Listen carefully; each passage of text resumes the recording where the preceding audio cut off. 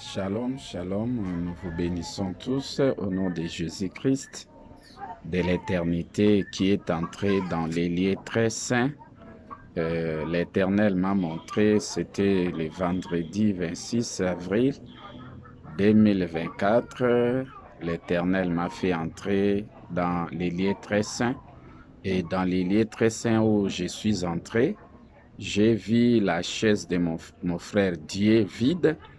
Alors, ça, c'est vraiment un regret que mon frère Dieu aussi fasse un effort pour entrer dans les lieux très saints pour occuper sa chaise qui est vide. Et cela veut dire que Dieu s'est rétrogradé dans les mélanges et avec les mélanges, l'Éternel lui interdit avoir accès à l'éternité dans le lieu très saint.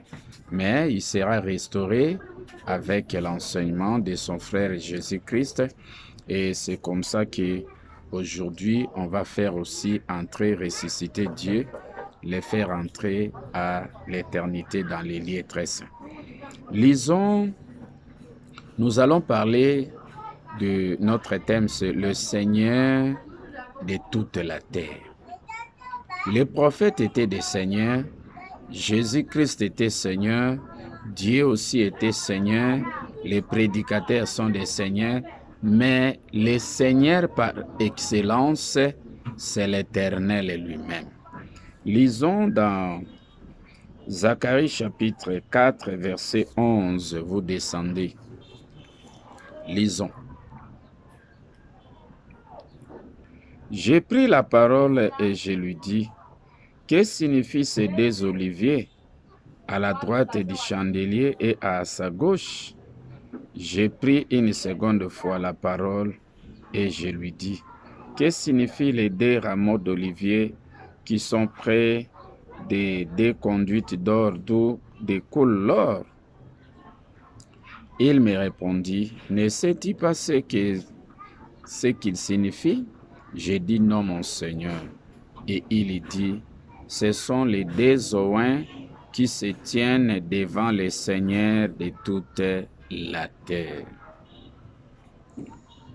Le Seigneur de toute la terre, c'est l'Éternel lui-même. Les deux oins, c'est Jésus-Christ et Dieu. Ce sont là les deux oins par excellence. C'est-à-dire que ce sont les deux personnalités des deux prédicateurs qui reçoivent l'inspiration auprès de l'Éternel lui-même et qui voient la face de l'Éternel. Nul d'autre prédicateur n'a le droit de voir la face de l'Éternel. Il n'y a que les deux oins, il n'y a que Dieu, il n'y a que Jésus-Christ. C'est-à-dire que l'Éternel nous enseigne au travers de Dieu, ça fait l'Éternel Dieu. L'Éternel nous enseigne au travers de Christ, ça fait l'Éternel Christ. C'est comme ça que vous voyez ces femmes ici, ces deux images, les deux oins, sont représentées ici comme des montagnes, des oliviers, des rameaux d'olivier, puisque olivier, c'est le messager du 7e âge. Alors, les deux rameaux, ici, les deux rameaux d'olivier, c'est Jésus-Christ et Dieu comme fils de l'homme.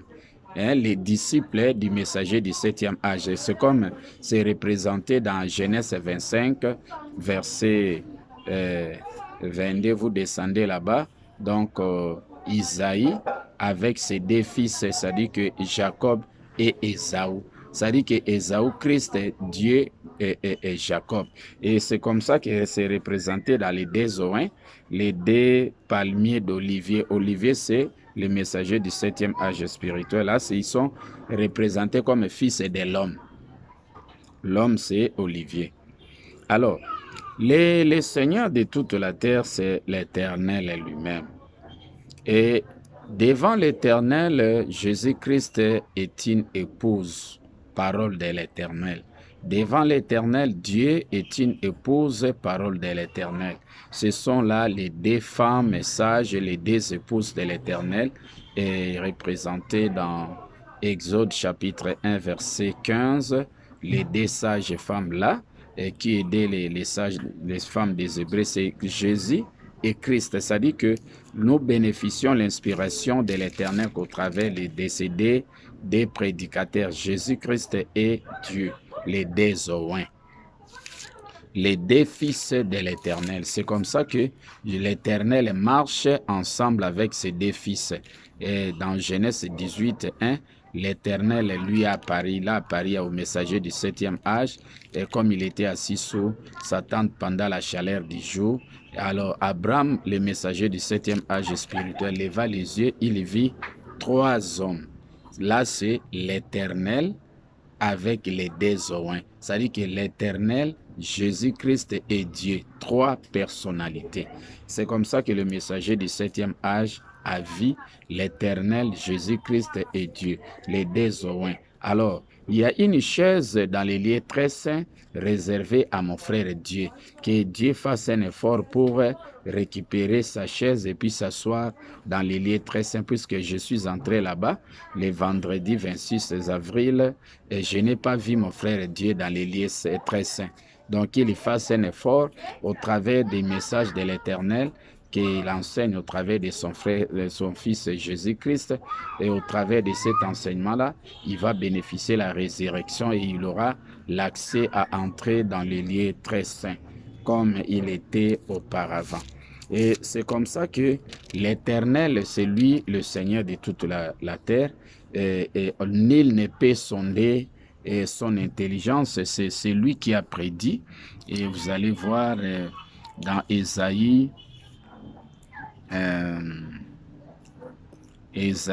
chapitre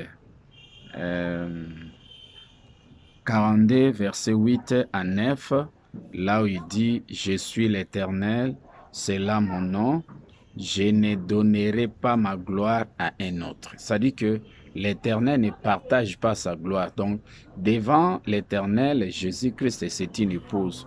Devant l'Éternel, Dieu est une épouse. Alors, il ne bénéficie que la révélation de l'Éternel. C'est seulement les deux épouses ici. À part Jésus, à part Dieu, nul prédicateur n'a droit de s'approcher devant l'Éternel pour récupérer, pour voir sa face. C'est comme ça que le messager du 7e âge avait réclamé auprès de l'Éternel, « Fais-moi voir ta face. » Et pourtant, l'Éternel a dit, « Non, tu ne verras pas ma face. Tu vas voir ma face qu'au travers de Dieu ou au travers de Jésus-Christ, et au travers des rochers. » Que c'est là où l'Éternel a voulu se faire manifester au messager du 7e âge. Alors, c'est comme ça que nous voyons l'Éternel, le roi de gloire, il ne partage pas sa gloire, même pas à personne, même pas aux idoles, mais c'est l'Éternel qui a prédit au travers des messagers.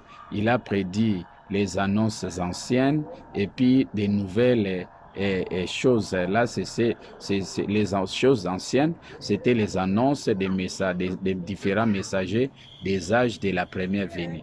Les choses nouvelles que l'Éternel prédit, ce sont les annonces de cet autre messager que l'Éternel a prédit au travers dans l'éternité. Puisque les choses anciennes, les annonces des règnes de la première venue. Les choses nouvelles, ça, ce sont les annonces que l'Éternel a prédit au travers des messagers de cet autre âge de l'éternité, puisqu'il y a 14 sceaux, les choses anciennes et les choses nouvelles, ça fait 14 sceaux, 7.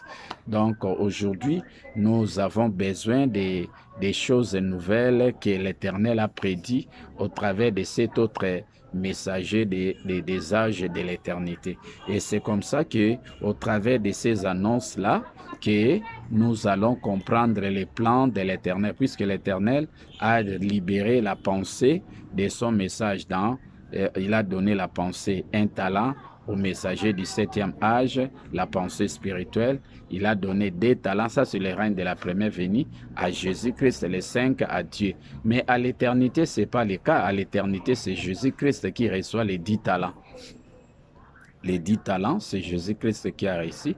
Et au travers de la pensée spirituelle que l'Éternel a libérée dans les annonces de 7 autres messagers qui ont prédit pour le règne de l'éternité, c'est ça les soubassements de l'enseignement de l'éternité que l'Éternel a confié à Jésus-Christ. Ça fait 14 sceaux, puisque Dieu avait dit durant son règne, qui peut enseigner les 14 sceaux? Oui, oui. Les 14 sceaux n'ont que des annonces, c'est-à-dire qu'explication, donner l'explication véritable, la pensée véridique de des annonces que les 7 autres messagers ont prédit pour le règne de l'éternité. Et l'enseignement de Jésus-Christ de l'éternité aura comme soubassement les annonces de 7 autres messagers qui ont prédit pour le règne de l'éternité.